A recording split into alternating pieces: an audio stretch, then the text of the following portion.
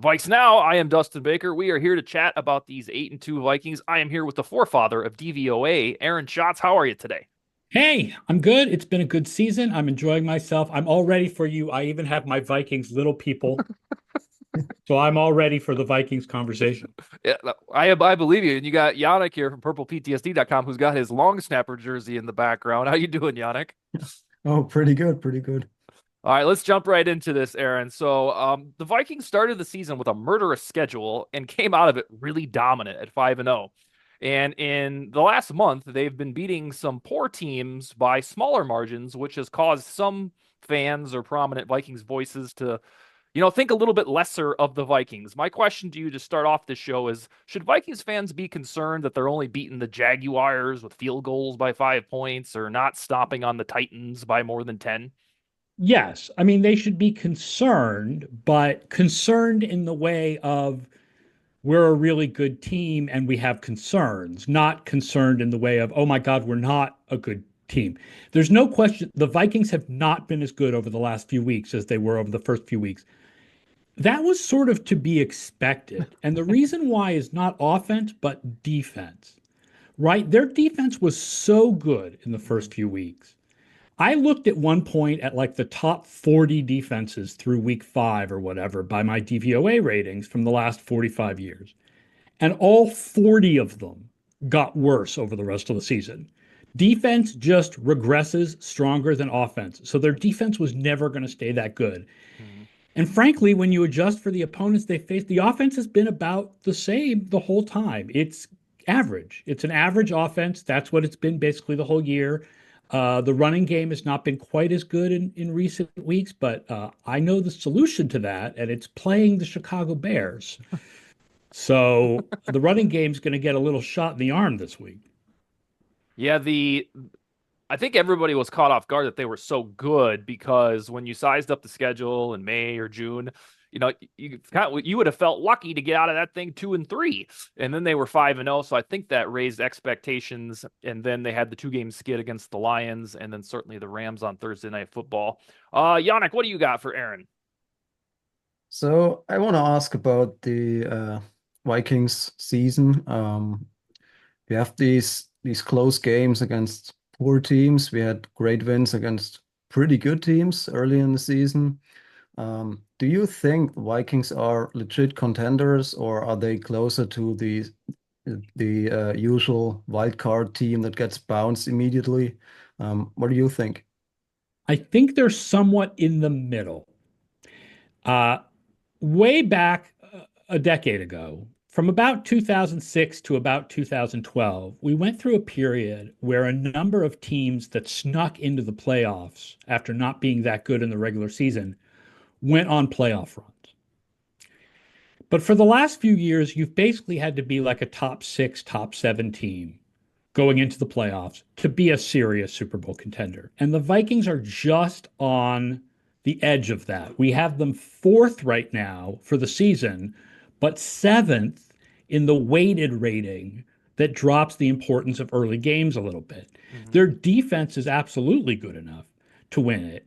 They're going to need a stretch from the offense where they play better. They need to be better than average on offense. They can do that, right? I mean, there's just the sort of general variation of performance.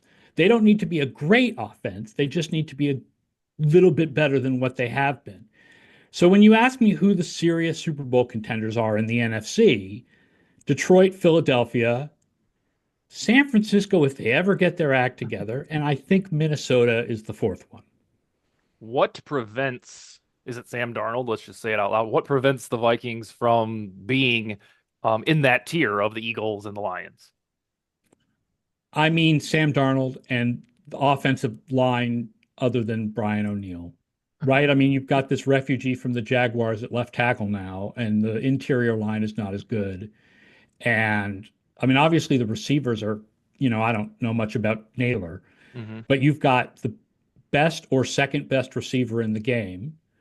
And then you've got a really good second guy. And then you've got Hawkinson and Hmm. Aaron Jones is good and he's good as a receiver. Like, so that part is taken care of. It really is Darnold. Like, Okay.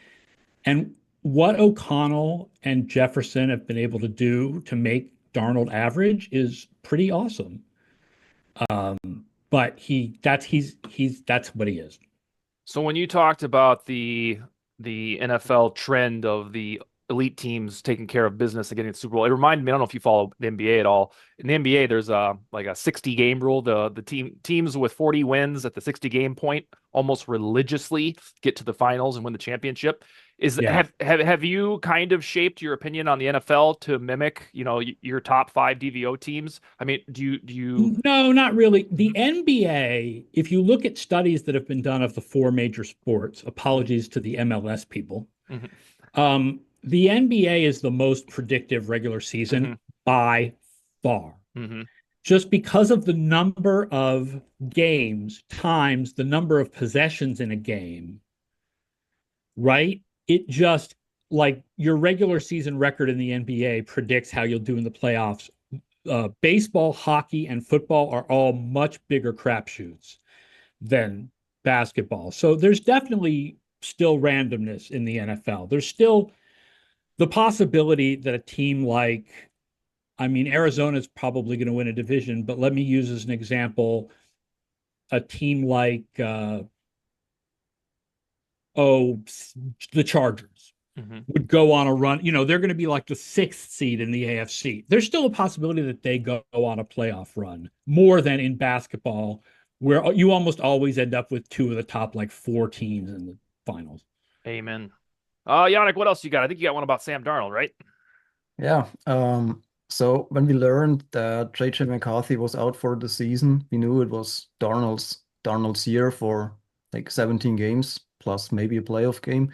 Um, to audition for 31 teams. Do you how do you grade his season, and what do you think his next contract could be? Is it more like the bridge quarterback 10, 15 million, or has he earned a starting caliber contract? No, I think everybody still sees him as a bridge quarterback. I don't think anybody's going to see Darnold as a starter. I think they're going to see him as the kind of guy who can do exactly what he did this year, which is when your young starter gets hurt, he steps into a very good situation and maintains, similar to a Jacoby Brissett or an Andy Dalton. Obviously, he has much better stats than those guys, but imagine if Jacoby Brissett and Andy Dalton were in Minnesota instead of being in New England and Carolina, right? Like it's that kind of guy. And I think people see him as that kind of guy. And I think he'll get a contract that's commensurate with being that kind of guy. And no matter how far they go in the playoffs, they've got to turn this thing over to McCarthy next year. Will Darnold be doomed if it's a poor team that takes the plunge? Like, is he going to right Yes. back if it's the Raiders or something like that? Is it we'll just go back to the way we thought of him 8 months ago? I don't see any reason why that would not be the case. I don't see any reason why he is being lifted up by a scheme, a coach that puts him in position to succeed, and by really good receivers. And that's not, if he went to the Raiders, it wouldn't be like that. On About the other hand, he's a good guy for the Raiders to have if the Raiders draft Shador Sanders or something, Mhm. and they need a veteran backup. That he's Darnold fills that role very well. About 6 weeks ago, I was writing something about the Vikings, and I had the epiphany that if Matthew Stafford retired this January, that I'm guessing Sean McVay could squeeze the Darnold out of Darnold as O'Connell has. Do you subscribe to that theory at all, or not really? Yeah, I think that Darnold with the Rams would be very similar to Darnold with the Vikings. You have a similar scheme, right? With the McVay was O'Connell's mentor. You have the really good receivers, not as many of them because Hmm. it's mostly just the two wide receivers, but those guys are great. I do think that Darnold could do this for the Rams, but you wouldn't want that to be your standard, right? The Rams wouldn't want to go into the season with Darnold as the quarterback. They would want somebody better or younger.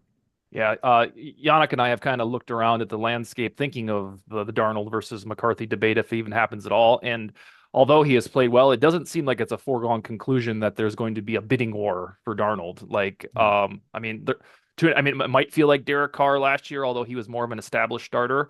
But it feels like a bridge quarterback gig, patch over gig is on around the bend. Derek Carr is better than Sam Darnold. Derek Carr has consistently been like the 13th or 14th best quarterback in the league. Like Hmm. he's above average. He's not a lot above average, but he's above average. And I know people like to criticize him and, that he's got weaknesses. He does have weaknesses. But if you look at 32 starting quarterbacks in the NFL, Derek Carr is very consistently not lower than 16th. Yeah, Janik and I covered Kirk Cousins for 6 seasons. We know all about this chat. Yeah, Janik, I enjoyed meeting him in the playoffs because there's a good chance that Atlanta is going to be the 4 and Minnesota is going to be the 5. yeah, it keeps appearing that way when you start to peek ahead at January. Janik, did you have a follow up on Darnold? No, I think we Okay. covered it. I couldn't tell there when I started talking if you had one more thing. Oh, a few minutes ago, Aaron, we talked about teams that could get frisky, that we know that aren't at the top of the ticket right now. You mentioned the Chargers. Are there any more that, boom, we look up late January, like, oh my God, the blah blah blahs are in the NFC title game or the AFC's in the title game? What would those teams be if it happens? The answer is it depends on how much you read advanced metrics.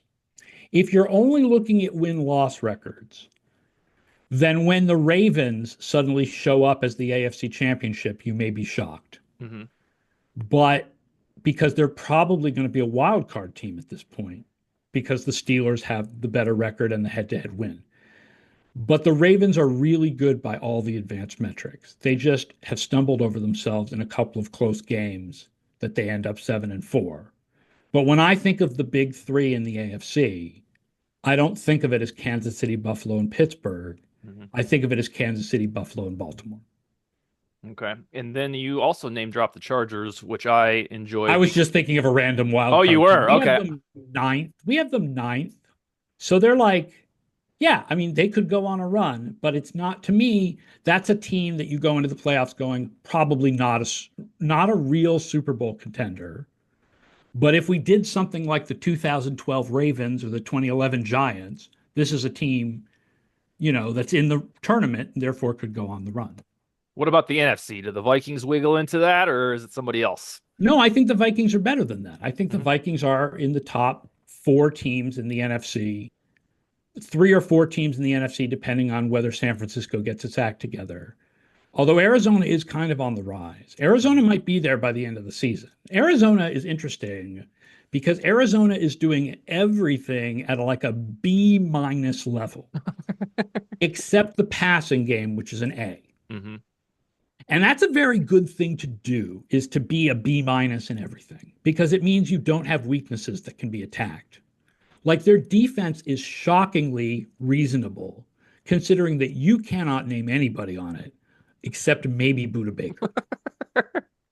I can barely name anybody on it, and I do this for all 32 teams. And then in the NFC South, I know you were high on the Saints before the season began, and they looked great out of the gate. Whoops. Uh, Yeah. will the Bucks or the Saints nibble at the Falcons? Because the Falcons, after their bye, got the Chargers and Vikings. I feel like the Saints just have too many injuries, but the Bucks are getting Mike Evans back, and they have Mhm. a very easy remaining schedule. So it's not ridiculous to think that the Bucks might pass the Falcons and win that division. All right, yeah, Mayfield is playing really well yeah, again this year. Like I have him third in the league in total value, which is kind of like Mayfield, really. Like, yeah. that's one of my favorite parts of the last 2 seasons. Not that I'm a huge Mayfield fan, but we've got to the point where it's not even a debate whether he is a long-term starter. He's just the guy now, and I love that for him because of the reclamation story, getting booted from Cleveland. And I mean, you don't have to if you're looking at the head at the offseason, you don't have to wonder if Baker's going to be back with the Bucks. He's just their quarterback now. He seems like a likable guy. Maybe I'm Mhm. just roped in by commercials, but he seems like a likable guy that you can root for. No, no, he is. All right, Jan, we got time for two more for Aaron. What's your final question? So I crunched the numbers on rushing defense, and Vikings are awesome in all numbers and in everything, every category. In total yards allowed, total rushing yards allowed, I figured out they are 25th since the merger in through 10 games, which is awesome. Um, what do you think? What does DVOA think about the Vikings rush defense? Numero uno, baby.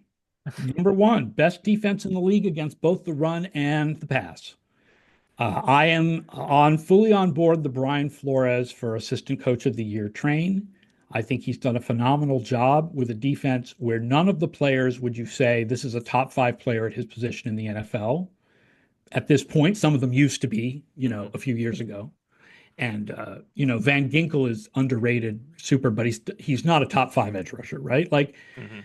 what Flores has done with the players that he has is really great. The defense is good in pretty much every way. You think Flores gets a head coaching gig here in a couple months? It's an interesting question, isn't it? I mean, I Yeah. would interview him, but I would also worry about the stories about his relationship with the offensive players in Miami. Hmm. I would need to make sure that that was not going to be an issue in his next stop. I had He perhaps he is one of those people who's just better as a defensive coordinator. But golly, he's good as a defensive coordinator, so I would have to consider him as a head coach. yeah, I I mean, had a it probably would have been, should be with a veteran quarterback. I mean, the stories with Tua are just too concerning to just hand him the job with a rookie quarterback.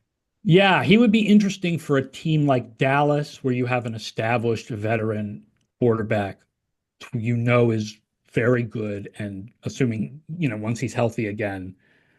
But the defense needs some rebuilding, but there's good parts there. And like that would be, I think, a good stop for him. I had a guy named Josh Fry on yesterday on this very show, and we spitballed out loud. The Bengals would be kind of cool if they swing the pendulum from an offense coach to a defensive coach because you've got the offensive infrastructure already there. That's Yep. assuming they don't go on a little run here. It's a large assumption that Zach Taylor would be canned. Yeah, no, you're right. If Cincinnati was looking for a new head coach, that would also be a really interesting stop for Flores. Yes. When that Tua stuff came out about Brian Flores, is there anything to suggest that he took some of that hard-nosed New England style with him too far? And I mean, Oh, you mean like everybody else who's come out of New England ever? well, I tried to because he was very after the fact. He was apologetic. He acted like I would like self-reflection, saying like, yeah, I could have done better there. And it was really cool to see him be that way. And I was thinking, God, maybe he just got completely roped into that Belichickian way where you're just kind Yeah, of like, and a lot of those guys have been that way. Mangini has too, mhm. regretting some of the things he did in his head coaching days. So, that's definitely a possibility. The last thing I got for you, Aaron, is peeking ahead. I don't know if you've done this. You probably have at the offseason for the Vikings. What will be a top need, whether it's free agency or the draft, based on the roster right now? I just did this and I don't remember what I said it was. I think I said it was cornerback. Yeah, that would make Because sense. I just did this because the cornerbacks are playing very well, but they're old. Hmm. So it's a position where you need youth. I don't know what the contract status is on Murphy and Gilmore, but they're old. And so you may not want to replace them next year, but you want to replace them in 2026. So go out and get yourself a good stud, let that guy learn for a year, and then, bingo. The cornerbacks that are scheduled to be under contract for the Vikings next year are Caleb Evans, Mekhi Blackman, who is hurt right now, and then a special team guy named Najee Thompson. So they're going to need So some. maybe you want to re-sign at least one of the two veterans and then draft a guy in the first round. Yeah. What would you feel? What about running back? Because Aaron Jones' production has slowed a little bit. Do you think that they will re-up with him for another year or look at the draft? I wouldn't be surprised if they re-up with him because if you look at the draft, you would rather take a guy later in the draft, like a fifth or a sixth rounder, and see how good that guy is. And so you've got the veteran to like be part of the committee with the fifth or sixth rounder that you take. Hmm. All right. Janik, you got anything else for Aaron? Um, just a quick question. If we play the Falcons in the playoffs, who do you got? Oh, the Vikings are the better team. Yeah, the Vikings are the better team because the Vikings offense is average, but the Falcons defense is bad. That's They why have no pass rush. They have no pass rush. that's They why are we it's really not good. that's why we count our lucky stars. They didn't draft Dallas Turner like they should have at that draft spot instead of Penix. All right, Aaron, will you come back and talk to us at the kind of the start of the offseason? Yeah, absolutely. And folks should, of course, check out all my stuff at ftnfantasy.com. Absolutely. All right, sir. We'll talk to you in a couple months then. We appreciate this. Sounds good. All right, guys, take it easy. See ya.